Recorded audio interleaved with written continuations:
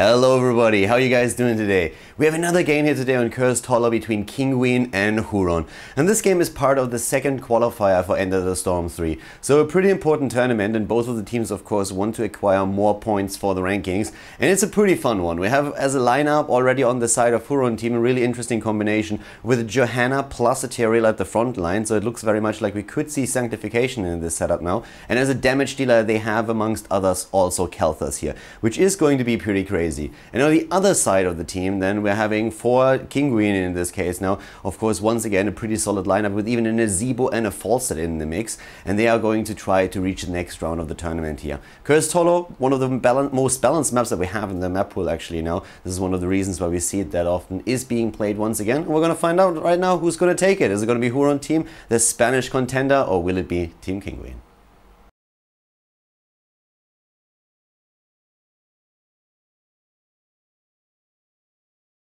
Alright everybody, we have the Enter the Storm 3 qualifier again. This is the second qualifier and we're currently looking at the round 2 match between Kinguin and Huron. To the left side of the map currently, Kinguin with Nepse on Rega. We have Invidium on Falstad, Norok on Muradin, the former Dignitas player playing the tank role, Snow on Nazebo, and Gerd am Herd is playing Jaina today. Whereas to the right side of the map it's the Spanish team with Vippolino playing Johanna, Red X is playing Zagara, Ruko on Khaldor, Rave, former SK Gaming player on Malfurion, and Shat on Terriel. So this is going to be the second round match for the two of them. We have a quick pause that allows us to give us talk a bit about the talents here, but of course one of the important things is that we are of course still looking at the second qualifier, and currently you gather points. You want to participate in the End of the Storm main event, and for that to happen you need to gather points throughout the qualifier tournaments. There are 9 in total. This is the second one, and both of these teams have already been participating in the last one, and we're trying to gather a few of those, so this is their second attempt to establish themselves at the top of the rankings. There are a couple of links down in the video description that you can check out as well if you are curious about details to the tournament and also the standings. But yeah, both of them are just like trying to solidify their position here so that they in the end can participate in the End of the Storm finals. For now we have Falstad with the Seasoned Marksman on level 1, and I actually find that extremely interesting since Falstad is normally played as an auto attack hero, still with the power throw on level 1 and not with Seasoned Marksman. But that's an interesting adjustment. Seasoned Marksman is a talent that became a bit more popular when Zeratul went into his auto attack build and went with ranged heroes. You see Reyna usually going for this. The problem that you have with that is that, yeah, Reyna just has positioning issues. He doesn't have an escape, and it's very difficult for him to make anything happen with that. But let's see how exactly this is going to work out for him. Up here at the top, we have Invidium now trying to use that, but there's also Shadow and Rave waiting just for something to happen. Keep it. We see the same thing down at the bot lane, by the way. Both of the teams trying to go for a bit of a trap. Hiruko, of course, would like to use the gravity labs here, but is already preparing this. We have Muradin and Jaina doing their thing, and over here this time they can move in. There's the barrel roll, and they're stopping Invidium, and he went out a bit too far. That's of course the problem that you always have. You want to move out onto the lane to really push it back, but you know that 2 heroes are missing. You don't know exactly where they are. We have a very similar situation now with Vippolino here rushing away, making sure that for now at least we see Kinguin not going straight for a counter kill. And at this point we're having, of course, also a few other talents on the map which we haven't really talked about too much. Malfurion is a mana machine, of course. Like, his Innovate can be used to support Hiruka, and that is why we are seeing Fell Infusion. Fell Infusion is one of those sustain talents that Khaldor has, and a lot of players are actually using it these days, but especially when you're having a Malfurion in your setup, it's one of the talents that you want to go for, just because you can keep yourself alive just a tiny little bit better, and you have that lane sustain, and Malfurion can help you out with mana thanks to his Innovate ability. When we're looking at the setup, on the other hand, to the bot lane, that's where we're now seeing Muradin also going into the Stormbolt build, and that makes a lot of sense. If you look at the lineup that we are seeing run by Team Huron, then there's not really a lot of auto-attack damage there. There's not really like a Vala over here, or maybe a melee assassin or something along those lines. So they don't really need to go into Reverberation on Muradin, but instead it is the Stormbolt build and trying to put pressure on the structures here. We're having now Shadow Wolf taken over Feral Heart on level 4, and normally this talent is becoming a lot more popular these days. If you don't go for the level 1 talent with Spirit Walker's Grace, Feral Heart is still the most common choice. Feral Heart in general is still being taken a lot, but if you go for Shadow Wolf, you want to take Spirit Walker's Grace on level 1 just so you don't run into mana problems later on in the game. We have Elun's Grace taken for Malfurion for the extra range on his particular spells. As you can see here with the Tribute on the map, we have a rotation from Kinguin, but they still leave Falstad up at the top. He can always fly in if need be. They're soaking lanes still, and we're seeing Nepsa still right over here trying to catch this wave before he moves down. And Falstad is actually not flying in. Is he going to make his way over? It looks like they're not fighting. Nope, they lost Jaina already, so they realize that they can't fight here. They're going to try and simply channel or cancel the Tribute channel for as long as they can to give Falstad an opportunity to get the experience up at the top lane. Nepsa, on the other hand, needs to get away here, and he is very low. He's also still in vision of that tower, moving away right now. There's a very good chance that he's going to die over here. Yep, Wraith already found him. They know exactly where it is. I don't think there's a chance that Nepsa is escaping here at all. He's going to be blown to pieces. He has just a matter of time, and there it is, the kill against Rhaegar. As the Tribute is still there during all the time, of course. We saw up at the top lane Invidium trying to get some extra experience for his team. The problem is that they're losing again Jaina, and the Tribute was now also taken. So Kinguin is in a bit of a weird situation. They were not getting the Tribute. They also had an experience. I have to say, though, I have to point out that even before the Tribute fight started, we already saw an experienced lead on the side of Huron. So the Spanish team has done an incredible job at the early game getting ahead, but they have now 4 kills against 0, and that, of course, starts to add up at some point. Both of the teams are rocking their level 7 talents now, and we're seeing Boomerang taken. It's actually like really interesting to see the build that Invidium is rolling here. It's a bit of a hybrid if you so want. So Secret Weapon is a talent on level 7, which helps you with the power throw. What basically happens is that you do a lot more damage with your auto attacks while that hammer is flying. As they didn't take the range talent on Falstad, it makes no sense to go for Secret Weapon, since the problem here is simply you'd only get like 1 or 2 shots in, and that's already about it. It's not really worth it going for this one. If you have power throw, you get an extra one, and then all of a sudden it's really talent that gives you a lot of value. But as that's not the case, they go into the Seasoned Marksman right now, still use the abilities for gathering power and Boomerang, so that they get some burst damage out of it that they can also use with the Hinterland Blast on the Falstad. And the I guess that we are still going with this build to see later on Nexus Frenzy on level 20, just because in that at level 20 then the Seasoned Marksman stack should be high enough that you can really get a lot of damage out of this. So pretty interesting build that we're seeing there. We're definitely going to follow that a bit closer, because I have not seen that played on Falstad just yet. But yeah, for now we have another Tribute happening, and Nurog with a double stun already here. That gets a lot of damage here for his stacking as well, so that he can especially put more damage onto those structures.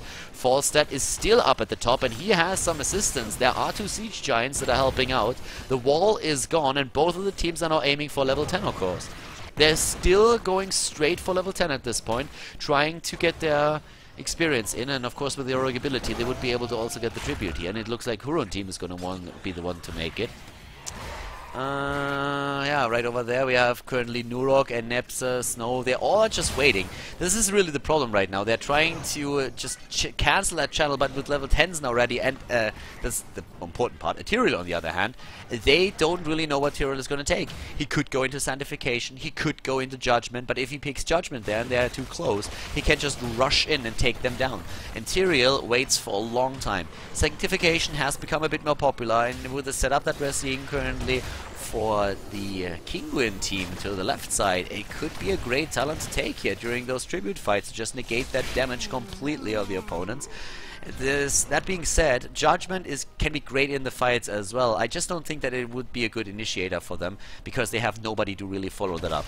I was making the comparison already earlier. Just think about those 2 tanks. Normally when you run Judgment, then you want to have a tank that can also close the distance, like a Muradin with a jump. At least better would be an Anubarak with a burrow charge, or you have a melee assassin like Illidan that can jump into. But if you're having a Johanna with you, I mean, what are you going to do? Oh, nice blessed shields here. Going to try for the kill. Nepsa keeps himself alive. Good job there. And so still healing in the last second. Invidium flying straight into that Phoenix. Oh, and he gets mauled now on top of that as well.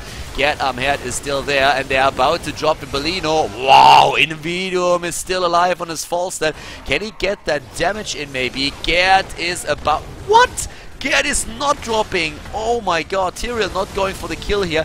That was a bit of damage that we saw from Falset. Invidium is in the back line, but Gerd then still dying at the end of the fight. It's a 2-for-1 trade as Johanna was eliminated too, and it is Sanctification for Tyrell that we're seeing. Judgment just wouldn't make sense. Think about Tyrell judgmenting in, and Johanna's like, for justice! And Johanna in the back line is like, wait for me! Just trying to close that gap, and that is never going to work. So, good talent to take, and they actually got the win. They got the win in the fight, and that gives them also a lead in gives them currently a lead in talents. Well, actually not in talents, but it gives them a lead in levels and in experience. And we're seeing now them moving down to the bot lane where they could take down Snow. They will. There's the Blessed Shield again, and also the Root. So they get a kill against Nazeebo, and they are so close in with the blue team being cursed that they can simply continue to take down the fort. Very dire situation now for Kinguin. Nurok was thinking about following Zagara, but the problem is they can't really close that distance, and they also have to defend the lanes now, so they can't really sacrifice time to chase Zagara, and Zagara would run straight down to the bot lane, where we already have like a couple of heroes that are helping out with this. So there's Vipolino, Rave, and Hiruka are all there. And they took down the fort. They could rotate over, take one of the bosses. If you have the curse, you don't necessarily need to go for the for your opponent's structures. You can go for the bosses as well and try to get a quick lead out of that. And it looks very much like they're going to try and do that now. I mean, they're waiting for it. They have the extra 13 talent. They were hesitating though. They were thinking, okay, should we really go for it? Should we risk it? Yes or no?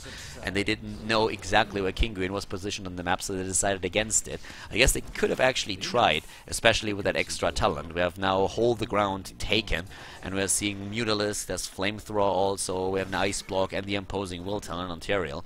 So they had an opportunity here to really go for that, but it would have been a risky move, and they decided to play it safe. They have a lead, and why throw that away by playing it a bit too risky? They just need to make sure that Kinguin can just simply move in and take the boss now themselves.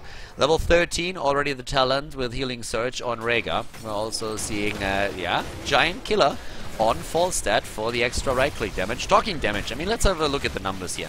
So far, Falstad has been mostly up at the top lane, but he still has a solid 6,500 damage, even though a lot of his laning was basically just experience soaking and not so far dealing with enemy heroes. Having Zagara with 16,000, definitely taking the trophy, at least for now. And the rest of the team is now just starting to move over to the top left. Two of the forts are already gone. We see the rotation now down to the bottom after the boss was taken. Both of the teams have a boss now working for them. That's a very cool move to actually see them go into the Siege Giant camp. I'm actually like not 100% certain if that was intended to really take the camp at the same time, but if it was, then that was a genius move, just because you are able to negate so much of the damage that the golem would dish out by using those two Siege Giants to help bring him down. And with also the Phoenix now being used and everything, they will even save that fort. So very good effort here. The golem up at the top lane was also destroyed. Soaked up a few of the tower shots, but that's about it. But we are still talking about a keep gate here, of course. And now, as we see down to the bot lane, Shat is rushing in on his Tyrael again. And they're starting to move up to the top. There's another tribute. The camps are all down. Mercenary camp, there's nothing on the map anymore. But we have level 60 now. And with level 16, there's... Oh, nice moves! Condemn being used. They're going straight in for another kill attempt. And a lot of damage thanks to Ignite. And boom, there is Jaina already dead. And Nurok on Muradin died nearly too. I mean, he was very, very close. He was, if he wasn't that tanky, he would have gone down there. So they are starting to use that lead in talents to engage into another battle. Great move by Huron. It was a very, very good timing, utilizing that lead that they had, capitalizing on that extra talent. Very, very well done. Holy Ground is actually really cool, I feel, when you are going in to use Sanctification. So in this case, it's a pretty cool talent to take here, and it's one that you don't always see that often. So if you use Eldruin's Mind, then that ring to block them, it can really be good for zoning, and can be quite a nice talent to take. So I kind of like that we're seeing Tyrael with a bit of a different build, especially since Sanctification is, of course, the focus of the build right now. That being said, we're still having Hardened Focus on Malfurion. Tenacious Roots are a bit more popular these days, but Hardened Focus, I'm loving this talent on Malfurion. When I play him, then you can just like get so much out of that.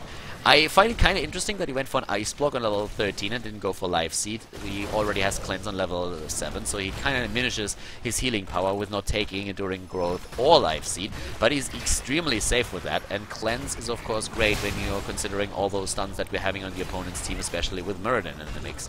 They're trying to drop one of the keeps now, but the problem for them is that Kinguin is about to hit level 16, and there it is, Stone Form already taken, somebody has those quick cast abilities, Overdrive too, and the Leaping Spiders. Nazebo is back in the meta, and the spiders are one of the reasons why that's the case, so they're extremely annoying here. And of course another thing that you also know is that Tidal Waves is a pretty cool talent in these team fights, so they will have a lot more team fights sustain now. They are going to lose out on the second tribute now though, I feel. At least I don't think that the rotation can be fast enough to really help them with the capture. They can still let this one go, and it looks like that is exactly what's going to happen there. Vibellino is already there channeling it with his Master Skin Jaina, and that is the second tribute for Huron team. We have 8 kills against 1, but it's still one of those teams where you always, like, there is a lead that we're seeing, of course, for Huron team, and they have taken out a lot of structures, they got more kills, they are 1.5 levels ahead, but you still have always that feeling that there could still be, you know, like a comeback from Kinguin. Kinguin needs a good fight, and they have 16 versus 16 talents now. They're starting to move in with Muradin, of course, on his doing 500 damage now. Just look at the damage numbers that we just saw there. He puts out the damage now with his Storm Bolt, since he like stoked up a bit of damage there already with his stacks. So it's pretty cool to see them just like trying to close that gap in experience by moving in, bursting down a structure, and then moving back again. But of course they need to make sure. Wow, Muradin, thanks to that piercing bolt, so much damage already against the mercenaries.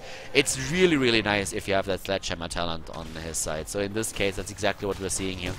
Talking about the extra damage on Muradin, let's put that into perspective real quick. 65 extra damage. It's not too much just yet, but it's solid. And we're having 33 seasoned marksman stacks on the side of Invidom's Falster. So with 33, he is going to get quite a lot of damage out there then later, especially with Giant Killer, of course, against the setup. At level 20 with Nexus Frenzy, that's really where Falster is going to make a lot of work with his extra, with his right-click auto attacks. So for now, Nurok jumping in, going straight into that gap here, but that's the Flame Strike hitting Snow. We're seeing Invidom up at the top here. Tyrael is trying to zone a little bit. We'll go for that Sanctification. Holy Ground is on the board, and then we have the kill against Muradin. They're trying to snipe somebody quick enough, but they don't get that in. Sanctification already used, negating the damage there, and just like that, again, they cursed against Kinguin. They were not able to get close enough to the tribute to channel that out, and that was the important one. Here comes the Phoenix, and this is Huron team trying to go for keep and maybe even victory here. Keep and Core could fall with the curse now being onto them, but it looks like they are just trying to drop another one. Another keep, that is. They could also focus on the boss now. If they, for example, capture the boss up at the top lane, it would immediately pressure the core. That would be a problem, and then they would most likely get the second one as well. Tyrael is already posturing around in the middle, just saying like, hey boys, I'm here.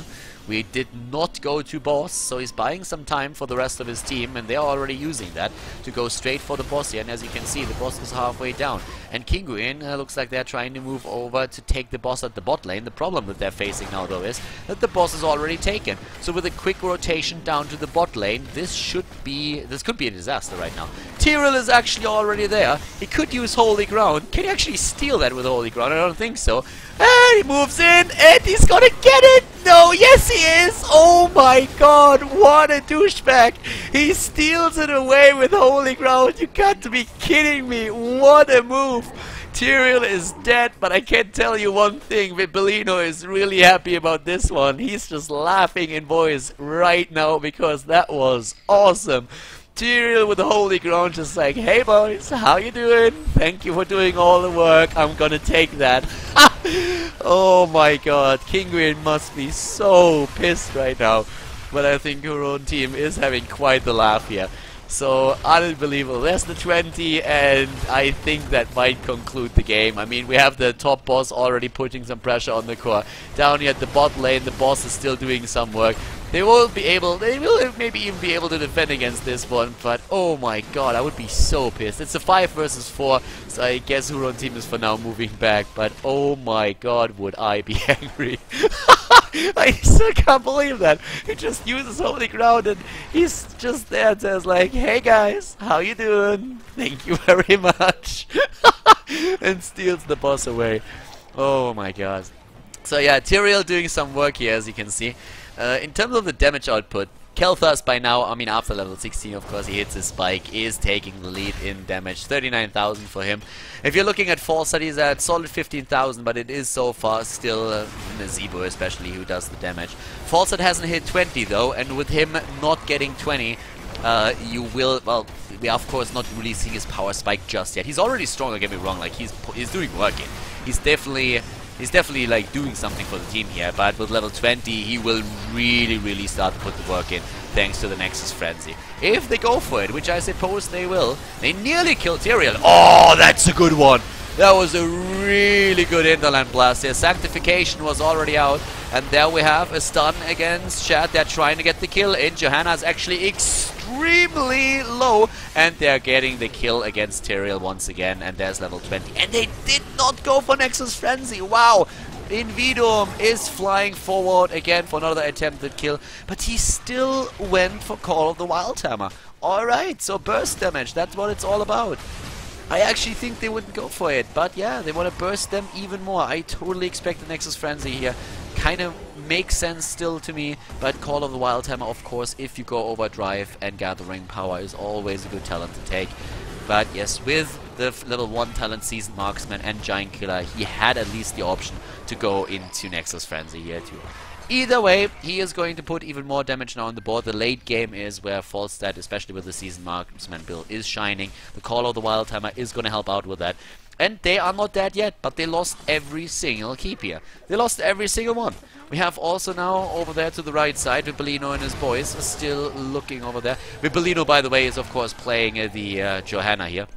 When we're talking Tyrael, then we still have to credit this boy, Shad. So yeah, my bad, sorry. I actually thought earlier that Shad was on Johanna, yeah, not the other way around. But yeah, in this case, he was Shad with the amazing steal. So we have to give the guy some credit. So Shad definitely doing some work for his team. And no matter how this game ends, he definitely had his moment, and a very cool one. By the way, I like that mount. I have that too, and it looks pretty awesome. But Shad, seriously, where is that master skin for Tyrael? You have to work on that. So down here we have now Snow and Gedam here, Norog and Nepse. They rotate as 5. Or as 4 so far. They of course have also the opportunity to just like whistle for Falstad and send him over here. The Griffin Rider is there. Look at those sneaky bastards. They are once again in a position where they are just saying like, go to the tribute.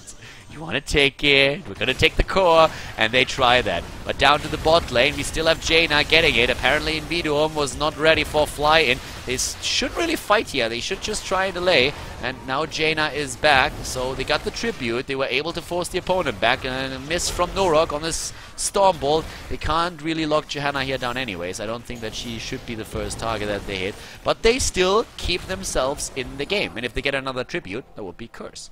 So that's something to consider here too. Also look at the damage. Falstad is really starting to unfold his power a bit. Is taking the 2nd spot on the team in case of hero damage. Jaina so far was number 2, but now is dropping down to number 3. 41,000 on Nazebo. And, well, Nazebo, of course, on level 1, went still for the Death Ritual. That means that we're going to have a quick look at Nazebo's stacks as well, because he's pretty strong in the late game too. He's currently at 209, that's 1,000 extra health and 600 mana. So he's not going to run out of mana anytime soon. And they are trying to contest the one at the top. But, yeah, they just came a bit too late. But they're going to get the curse. They're going to get the curse against them. So at least that's something that they were able to get in there. But they need to make sure that the rest of the team is staying alive. Falstad is flying in. He's finally there. Sanctification is still on and was used there in the last second. Tyrael, on the other hand, gets immediately blown to pieces there. So they lose Tyrael, but they still have the bot, and this is where Kinguin needs to move back and defend against the boss. They're getting their kills in now. They have 5 kills against 9, but they still need to go through 2 forts and 3 keeps if they really want to drop all of the structures that we're seeing on the side of their opponent. The boss should not do any damage here. Of course, this bad boy is by now really dishing out the pain against the shield, but with everybody just focusing on it, he shouldn't do too much. Well, they're actually starting to rotate again because they want to deny this boss to their opponent, and this is extremely important. So the boss is going to do maybe a little bit, no, not even a single percentage point. But again, cast aside, not cast aside, sorry, that was the old school talent on Tyrael. We have, of course, still that problem with Holy Ground. Oh, and with Falstad dying as well. If they can't get a heal, and he's dead meat. And yes, there it is. The bird is dead. They're going for a counter kill against Malfurion. Tyrael is still down. Tyrael is gone, so actually Holy Ground not going to be a problem. Can they get the kill against Johanna? No, and she still has the Instructable. Oh, Phoenix! The blink away by Jane at the last second. Nurok is in the spot, and they get the boss. He is so low, was just barely saved here. And Jaina nearly died too, but Nepse to the rescue, putting the heals out, and with Tyrael down, they said, we can still take that boss. Holy Ground is not going to become an issue. For a second, I actually forgot that Tyrael was still dead with the long death timers that we have now. Death timers are 65 seconds at this point, and that is brutal. That's more than a minute, in case that you didn't pay attention in school. So, yeah.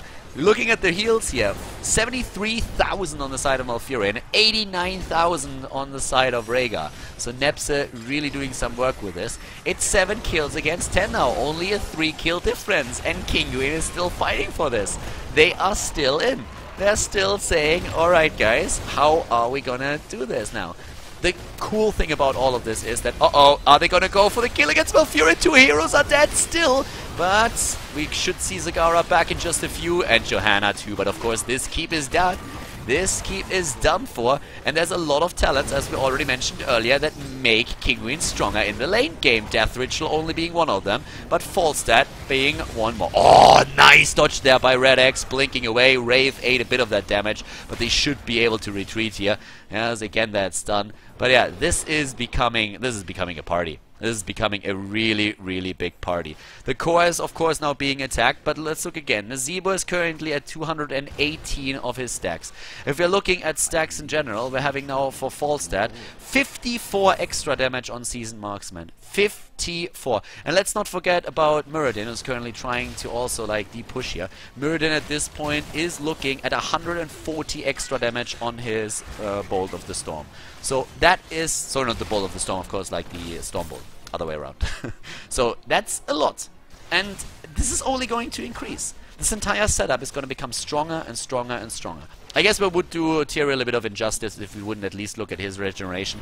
He's at 28, so that's a bonus health regeneration of 42. It's actually not too good. 25 minutes into the game, that's not too good here. Tyrael definitely had his moments in this game, but globe harvesting was definitely not one of the things that he was focusing on too much. It's still nice though. 43 hit points per second is still pretty solid, especially if you go for amplified healing on level 4. That actually stacks that combos, so that's pretty cool. There we have once again another attempt. Guys, this game is starting to become really cool. I mean, the entire early game was completely dominated by Huron team. They did a great job there, but Kinguin, they kept themselves alive. They are now on level 23 versus level 22. And if you just look at the experience, they actually overtook their opponents already. They are ahead in levels, just by a tiny little bit in experience, but still, I mean, that counts. Of course, there's only the core available to them still, but yeah, they killed one keep down at the bot lane. So what does that mean? That means if they win another team fight, they suddenly don't have to bother with a fort in the mid lane, the keep in the mid lane, and the same structure as up at the top. They can just simply move to the bot lane and then take down the core. So a team fight is now everything that counts, and we have 7 kills against 10 now. So Curse, of course, is important, and we have the first tribute already taken by Huron team and this new one, but the German team is still in this. They are definitely still in this, especially with Muradin, of course, stacking the damage more and more. And that damage is also, of course, very important when it comes down to the defense against the boss or against the camp. And also when it's just all about, like, dropping one of them. Over here, Vipellino again, they're trying to go for the boss up here. They are able to get it, maybe! Muradin is trying to move in, he needs to use Rewind if he wants to jump in, but nope, apparently he wasn't ready.